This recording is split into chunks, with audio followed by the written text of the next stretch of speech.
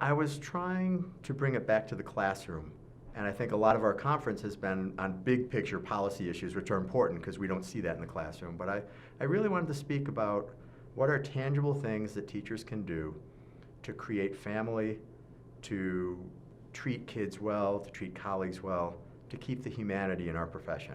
And I worry, not a little, that all of the pressures coming from state and federal mandates and tests and so forth are squeezing some of the humanness out of teaching. And schools are buildings filled with humans, and we, at our peril, forget that.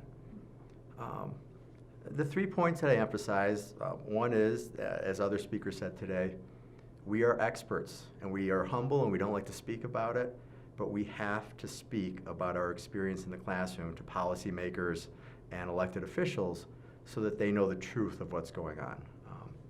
The second part was, both in our classroom and in our school, we have to intentionally work to create a culture of family and connectedness, because all of the pressures of time and life and educational policy make us so swamped and overwhelmed that we end up working in little silos. We don't know each other, we're pressured with our kids, we don't have time always to find out what's really important in their life, and we have to make that time. That's got to be part of our lesson plans. And if we think it will happen on accident, it won't. So we have to very intentionally think about creating connections, teacher to student, student to student, teacher to teacher, and all good learning flows from those connections.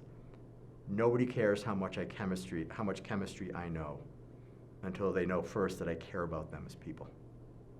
If you go to the mall and you stop 100 people and say, who's your favorite teacher and why? Even my students, none of my students are going to say, it's Mr. O because he taught that great lesson on chemical bonding. Okay, they're going to say it's Mr. O because he came to my basketball game with a sign, or it's Mr. O because he visited me when I was in the hospital, or he came to the calling hours when my brother died.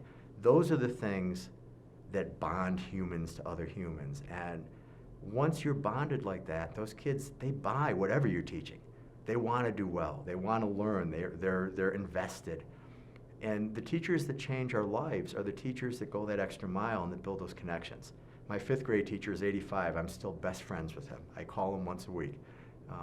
Those connections change lives. And the content is important, but that's not what changes lives. And I worry that we are getting so focused on content and these test scores that some of that other equally or more important stuff is getting squeezed out.